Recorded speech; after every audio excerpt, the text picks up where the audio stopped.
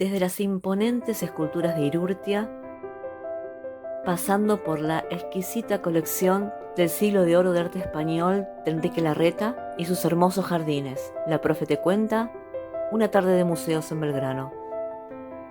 Comenzamos nuestro recorrido yendo a la Casa Museo de Irurtia, en O'Higgins y Blanco Encalada. La entrada es gratuita y es un imperdible del barrio de Belgrano. Autor de importantísimos monumentos de la ciudad, Irurtia fue un gran escultor argentino que transformó su casa en museo. Dota a la casa de un estilo neocolonial. La observación cercana de esta inmensa escultura de Moisés te deja sin aliento, sin pies, ya que los ha trabajado por separado mostrando tanto detalle, y sus manos ensayando expresiones. Y en la misma sala, la justicia, con los ojos abiertos y sus manos extendidas. La Victoria alada, hecha en yeso, un estudio de lo que sería el monumento Manuel Dorrego. Estudios de cuerpos incompletos que formarán grupos escultóricos. Otros cuerpos de Moisés, con sus pies, en bronce y en yeso. Apenas ingresás te encontrás con estas enormes esculturas a las que le faltan extremidades, ya que son proyectos que formarán parte de grupos escultóricos mayores. Y en una habitación te encontrás con esta maqueta de lo que fuera un proyecto para un monumento a la bandera. Una maqueta espléndida que llama muchísimo la atención por los detalles tan pequeños que se ven asomándose por esta pequeña entrada y nos da la idea del tamaño que tendría en tamaño natural. En esta competencia ganó la obra que hoy se encuentra en Rosario, el Monumento a la Bandera. Tituló su proyecto El Triunfo de la República, con una columna que mediría 80 metros de altura, 95 metros con la escultura de la República en su cima y 125 metros en total con la bandera argentina flameante. Siguió trabajando en este proyecto hasta el día de su muerte. Conoció a su esposa en París, donde vivieron los primeros años del siglo XX, la época de la Belle Époque. Compraron la casa en 1920, se mudaron allí y trajeron toda la colección que habían acumulado en Europa, ya que estaba pensando en una reforma para luego dejar la casa como museo a la ciudad. Inspirado en el taller museo de Rodin, cuyo inmueble había sido donado por el gobierno francés. Ella nació y creció en la isla de Java, Indonesia, y esa cultura influyó mucho en la pareja, en las artes decorativas. La casa mantiene el mobiliario de diversas partes del mundo.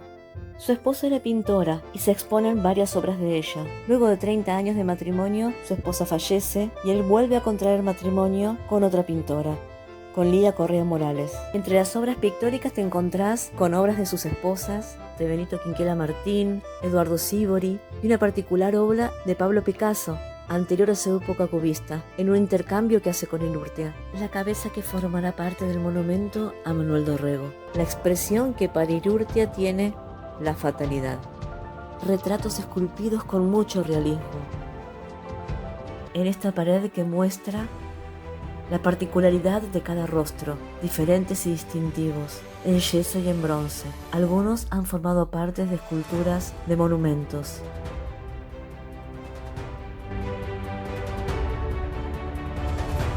En 1907 se realizó un concurso para realizar un monumento conmemorativo a la Revolución de Mayo. Irurtia presentó un boceto realizado en piedra de París que representa un gran arco de triunfo bajo el cual se despliegan personas desnudas, entrelazadas. El monumento nunca se construyó, pero el diseño del pueblo de Mayo en marcha se conserva en los jardines del museo. Inspirados jardines árabes, un oasis para descansar luego del recorrido a la sombra de esta hermosa vegetación. Y en el centro, los boxeadores, en bronce, de 3 metros de altura. Irurtia practicaba boxeo y no era ajeno a las poses y movimientos de los boxeadores. Crea esta obra en bronce de 3 metros y medio de altura. Nos encontramos con este hermoso espacio ideado para descansar y relajarse y también como lugar para exponer sus obras. Con influencia morisca, tuvo participación activa en su diseño, eligiendo él mismo las especies que se plantaron. Al morir Irurtia, y según los deseos de él, su viuda dona su casa a la ciudad de Buenos Aires para convertirla en museo. Irurtia fallece en 1950 y su viuda, como directora del museo, funde copias en bronce de varias obras que permanecían en yeso. ¿Qué escultura te gustó más? Luego fuimos al Museo de Enrique Larreta, a una cuadra de Cabildo y Juramento.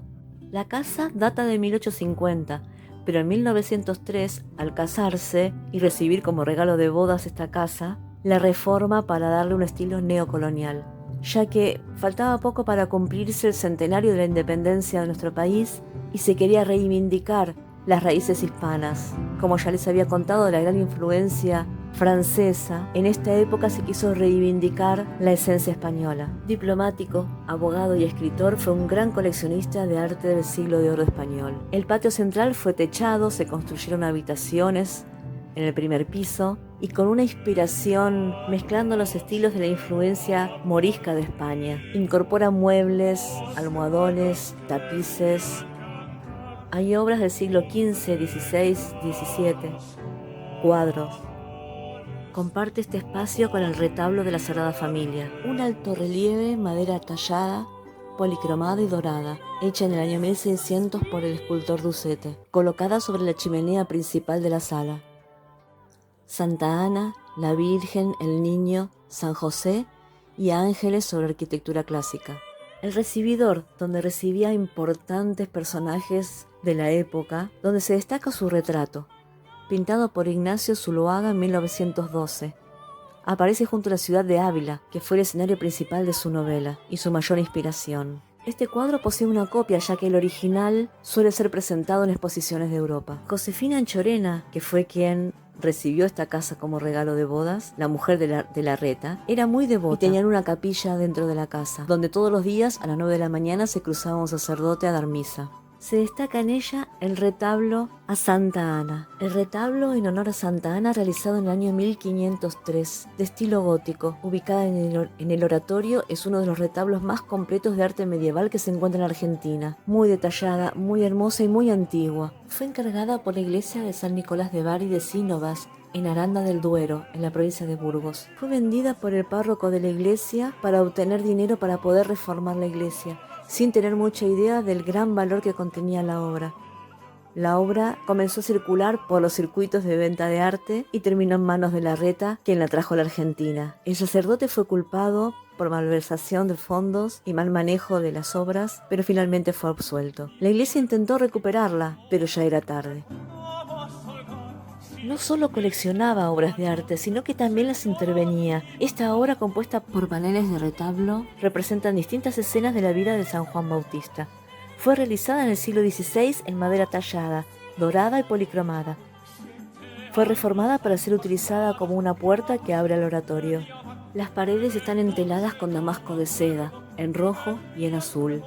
Obras del Renacimiento y el Barroco, con gran difusión en los siglos XVI y XVII, momentos en el que España se erigió en defensora del catolicismo frente al Islam y a la Reforma protestante. La función de los retablos era contar hechos y milagros de la vida de los santos o narrar temas de asunto religioso. Una forma de transmitir la religión a las grandes masas analfabetas que se instruían a través de las imágenes. Busca darle a la casa la fisonomía de un palacio renacentista español. Como escritor fue representante del modernismo literario. Escribió novelas históricas como La Gloria de Don Ramiro, con hechos y personajes de la España del siglo de oro. Como diplomático fue embajador en Francia.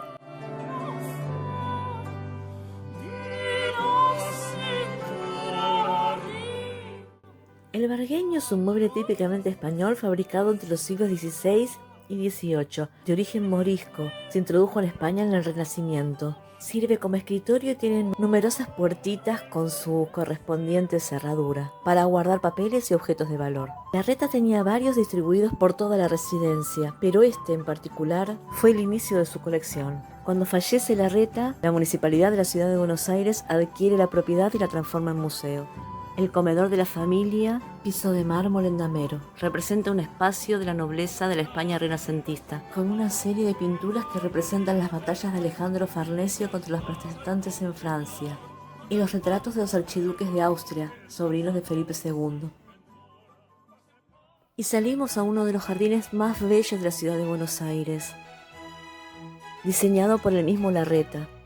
Y saliendo de la casa, el sendero te lleva a la Fuente de las Ranas, una fuente inspirada en las fuentes de la Alhambra o los alcázares de Sevilla, realizada en mármol y revestida en azulejo.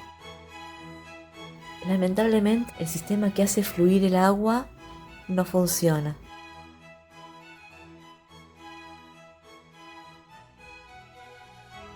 Y una réplica en terracota del David de Donatello. casi 6.000 metros cuadrados. Te hace olvidar que estás en el medio de la ciudad. El jardín árabe, antítesis del desierto, rebosa de vegetales, los cuales a su vez atraen a las aves.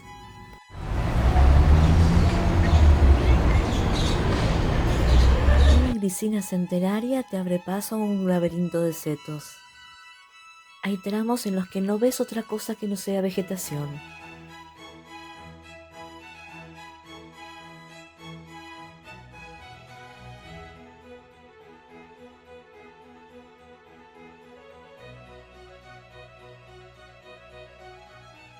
Con espacios con bancos para descansar.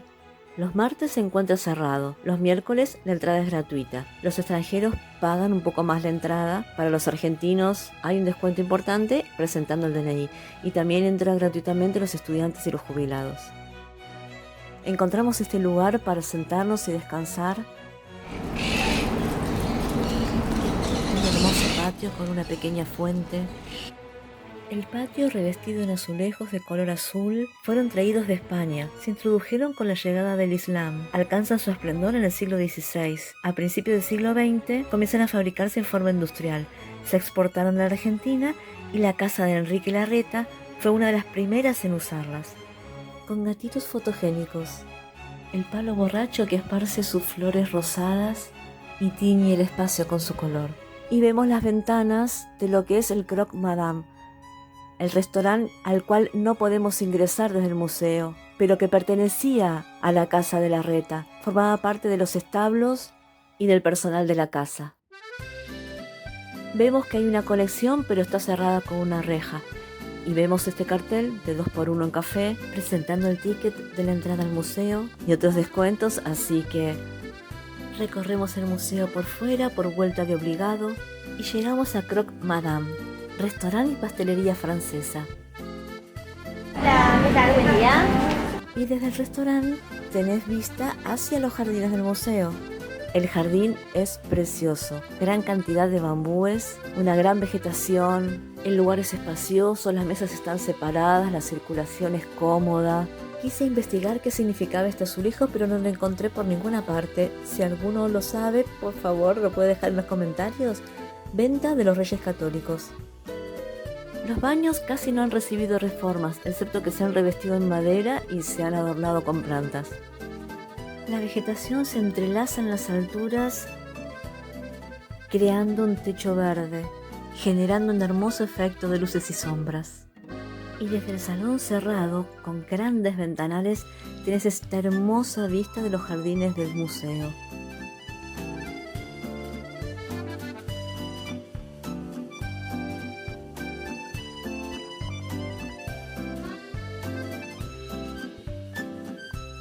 Almorzamos bajo el bambú, muy rico y los precios acordes. Risotos con camarones, ensalada César con camarones y ravioles de salmón.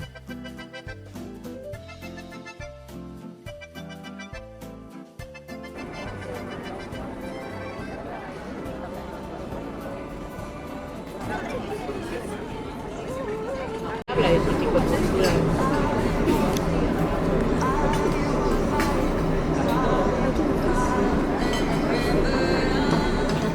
Volvimos para merendar. Una gran variedad de tortas y postres. Comimos crème brûlée, 3 leches, mousse de chocolate.